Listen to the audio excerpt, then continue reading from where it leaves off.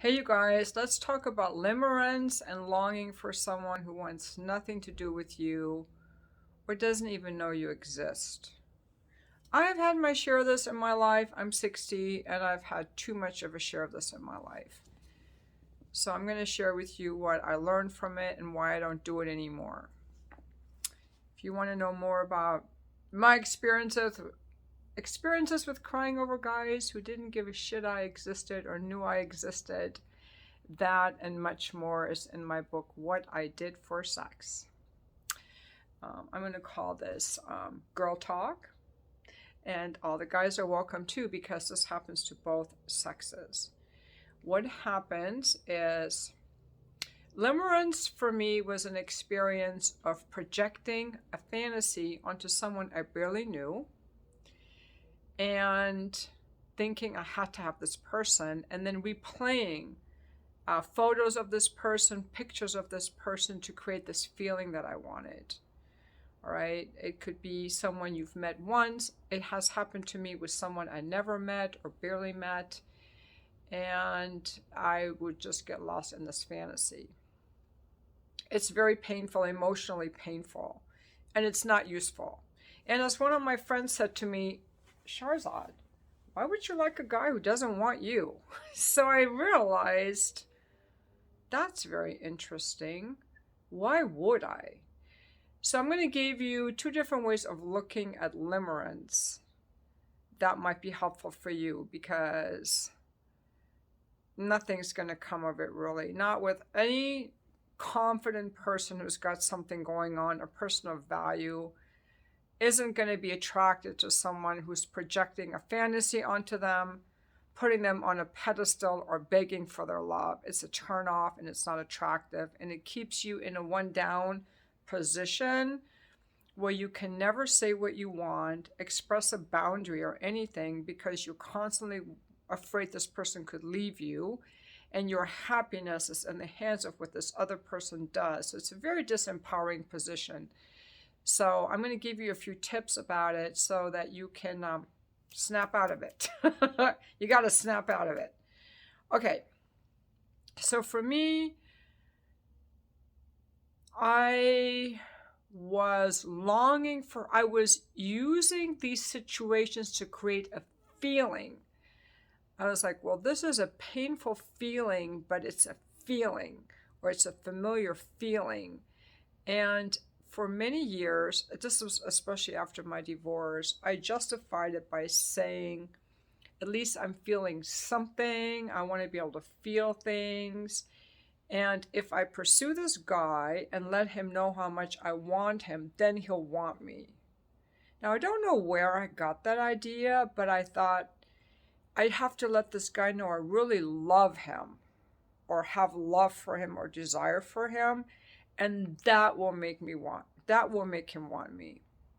That's not how it works, but that's how I internally felt. I think that now my chasing was not obsessive. It was just a few texts here and there to which they didn't reply. That left me super distraught.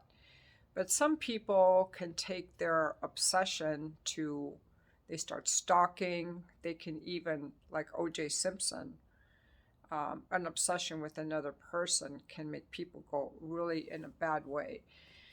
What it really is, what I've learned now in the last year about it, is a couple things. There's a lady that has a channel called Love You. Love You. I forgot her name. And she says that it's a trauma bond because you don't know this person, right? It's a trauma bond. Well, you're projecting the love that you didn't get from your parents or the love that you wish you would have had from your opposite sex parent onto this other person, and you're not really wanting that person because you don't know that person. Let's get real. You don't know that person. It's not about that person. You're longing for the love you never got from your parent. It's not about that person. And it isn't about that person because we don't know that person. And real love and real friendship is built on people that we know. It develops slowly over time. So the limerence is an obsession. It's a projection. And you guys watching this video probably already know that, but I feel like I have to say it.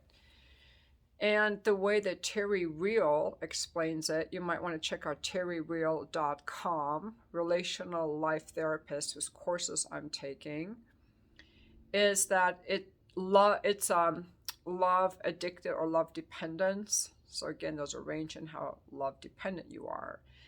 But if I don't feel my own abundance, I'm going to project it onto you.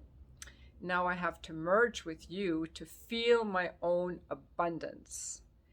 And then when you don't give me what I want, attention, sex, a text, I am distraught. And I go into I'm in a one down position of please love me, please love me, please.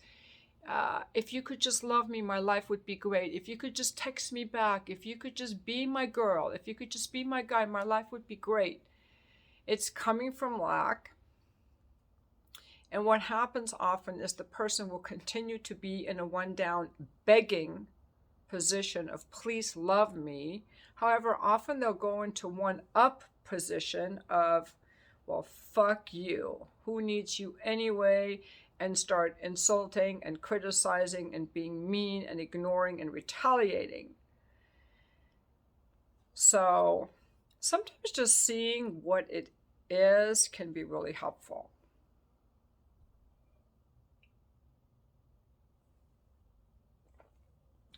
Now, it is true, for me, some of these situations came about because I saw a man. The first time it happened to me, I was just a little girl. It was another little boy. And the first time I really felt it in a romantic way, I was 14 and I was on this meditation course. And the young man I developed this huge crush on, he was 21. And I really started thinking about him all the time and fantasizing about him and have all these feelings for him, like he awakened something in me. And I didn't understand that they were my feelings projecting onto him.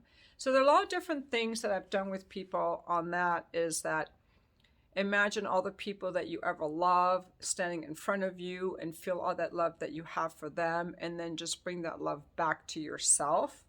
So that you know that this love you're projecting onto them, that's your love that you can feel for yourself.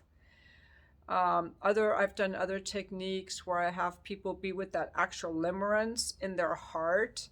Or for me, where I would feel it was like this object of love, like a foot out in front of me, and I would open to that and allow that and be present with that sensation. So those are a bunch of techniques.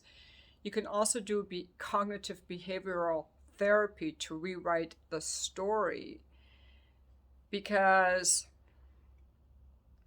what I really, really think more and more now is that, the way that we learn about love and act about love comes from what we saw growing up. Children are boundaryless, so we take in everything that we see.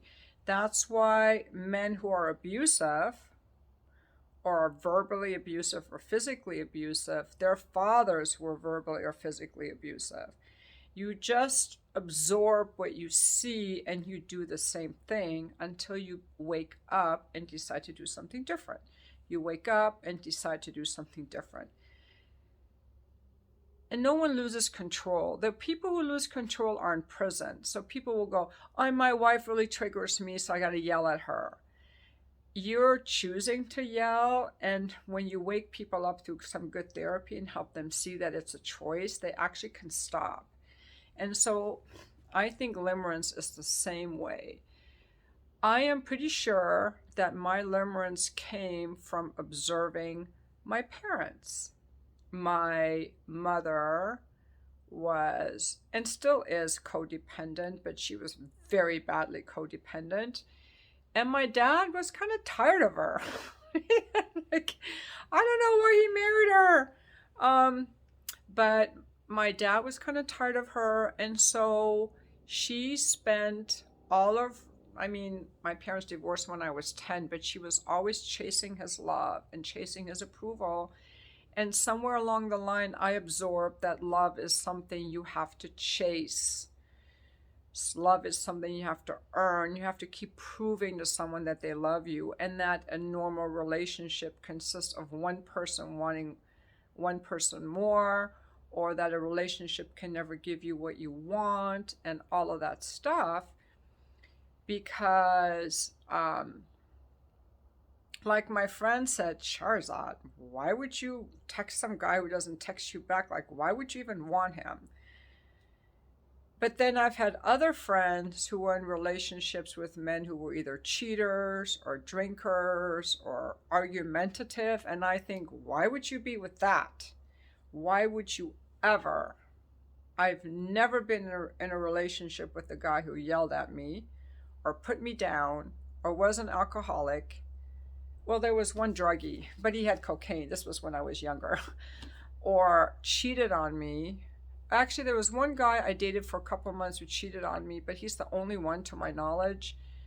I've never dated someone who was unemployed or asked me for money or used me in some way or abandoned me in some way, but I have chased guys. So it shows that there is some kind of pattern that we think this is normal. Sometimes just realizing is really good that where did you learn this? So most of what people do, unless it comes to some really deep inner wounding, the way that people act in relationship comes from who did this to you? Who did you see do this to someone else when you were little? And where did you get away with it and no one stopped you? So just taking it personal for a second, my brother and sister are very entitled.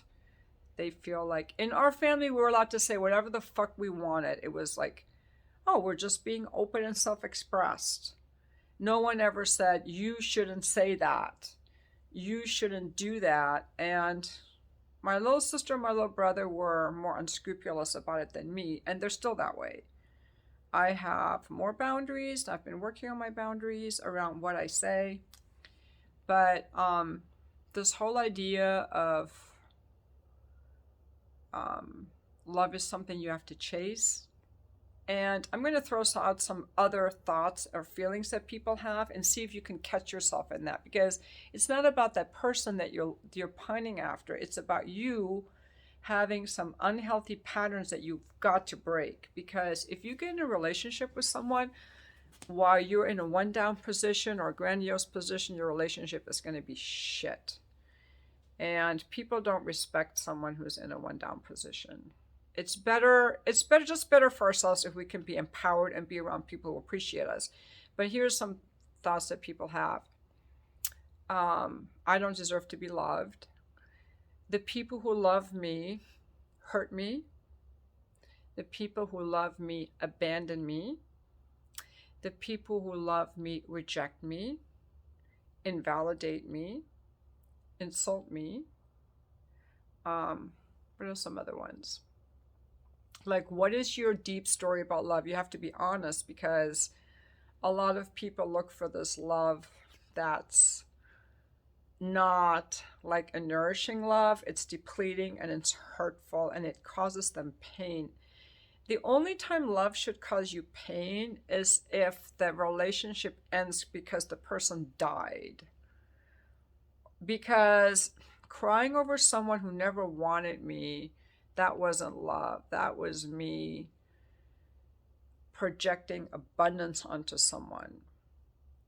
Love, being sad that your wife died, is real because this person was part of your life. They contributed to your life. You contributed to theirs. You have shared memories. And then it's like a tree is ripped out of your yard, and it takes time to get over that.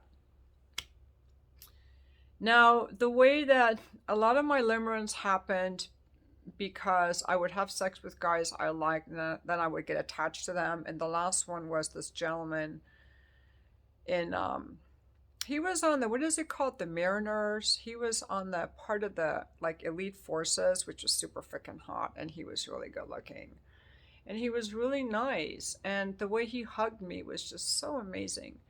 But I didn't want to date him, but I got super freaking attached, and it caused me I was very distraught when he didn't text me back for days at a time. So after 2 weeks of that, I had to end it, because I can't let myself be in a situation where the person that I'm with is causing me pain. Like, if it's causing me pain, I have to end it. And so that's why I don't hook up anymore. I've learned about projecting things, but it still can happen to me in certain situations. So I have some boundaries around it to protect myself. But love is painful. It's painful because we live in the physical world, and the physical world is made of opposites. It's made of polarity, man and woman, day and night, spring and summer, hot and cold, open and closed. Like, we're supposed to be like, I like to think of myself not as a leaf blowing in the wind, but as like a tree that can bend with the forces. We have to be flexible enough to adapt through love gained and love lost. A baby is born, a baby dies, a person comes into our life, and a person leaves. That kind of pain I'm willing to take, but I'm not willing to take the pain that I create by projecting a fantasy onto someone who wants nothing to do with me, because I'm living in some fantasy land. Because for that, I could just get a robot or a doll, or make my own fantasy.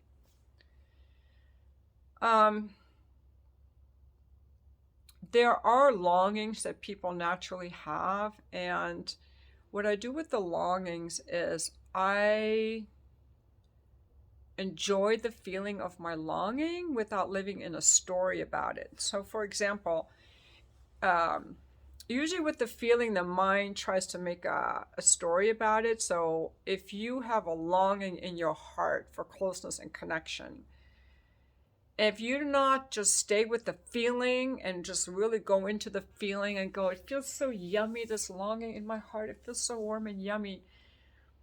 I used to not do that. I used to create a thought of it, like, oh, I have a longing, I need a guy, I don't have a guy, poor me, some victim.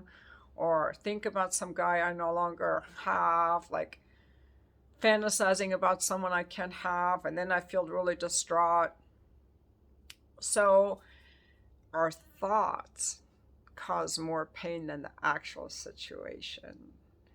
And then it's just about, when you feel that limerence for this man or this woman, go into your body. Like, what are you actually feeling? Like, that longing in your heart can just be like some warm, yummy sensation, and then you're giving it a painful story, and now you're causing yourself a lot of pain. I have given this limerence thing a lot of thought because I've been in it a lot, and I don't have all the answers, but that's where I am so far in my life. And yeah. So one thing I think that's really good in terms of forming relationships is to start having friendships of the same sex. So a year ago, I made a decision. I want to have more female friends, and I have some awesome female friends. However, I got to practice with these friendships, ending some of them. And some of the women ended their friendship with me. And I got to see how to end a friendship, how to have some boundaries, and how the female friendships are very reciprocal and there's no neediness. Like, if my female friends don't text me back, I don't get all distraught. So why do I do it with the guy? Like, what's going on there? And what are the things that I need in a friendship that are things that I need in any friendship? I think same-sex friendships are a really rich practice ground for boundaries, good self-expression, because a lot of people in their dating don't have good boundaries. They get very needy, boundaryless, or they're walled off, afraid to be intimate. I don't need you. I'm not going to share myself too much. And it's this like very fine balance and opportunity to learn healthy boundaries to stay connected yet protected. And pining after someone is boundaryless. There is no protection. I'm just like, please love me. It's not from a healthy self-esteem place. And so it's like, okay, what do I need to do to feel good about my life so I don't fall apart at the first guy who fucks me good? What are some things I need in my life? And that might mean having more people to date, having more friends, more hobbies, more things that you're excited about, so that the guy isn't the only great thing that happened. And that was this thing for me, like a guy that gave me great sex was like, come on, great sex is like ranks way up there as one of the greatest pleasures of life. So of course it's going to like overwhelm your senses and your emotional center. Anything really spectacular is going to overwhelm your emotional center and make a huge impression.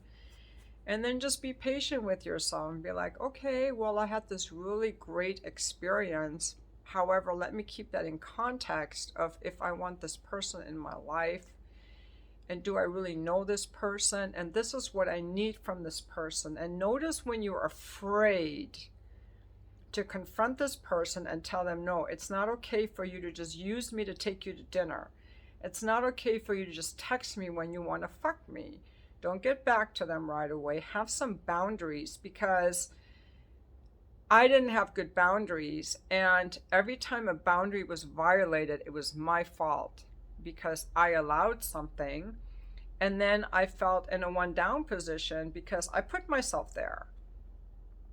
So the moment I start feeling like I can't say something, I catch myself. Why can't I say something?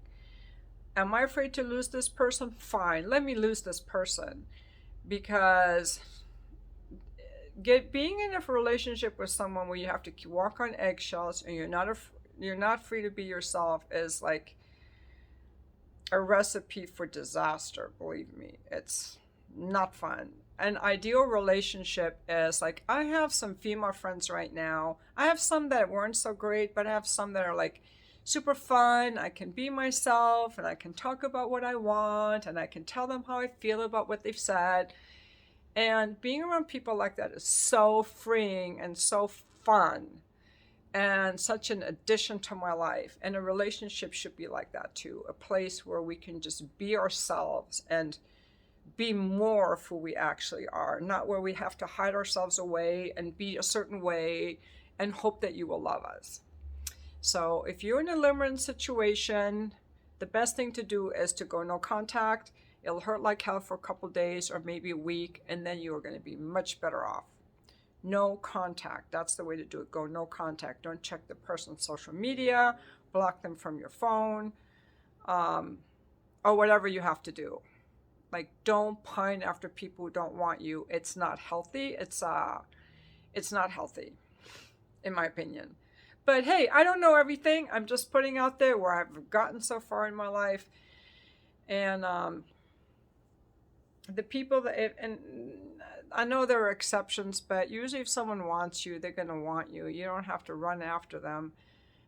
Chasing a woman is only good if she's responsive. If she's blowing you off, why are you chasing, who did you see chase who? When you were little, who was chasing who? Who did you see pining after someone who didn't want them, and you thought that was normal, and you thought that's how relationships are, and you thought that's what love is? That's where I think is the root of it. But drop your comments, because I like learning from you guys too. And cheers.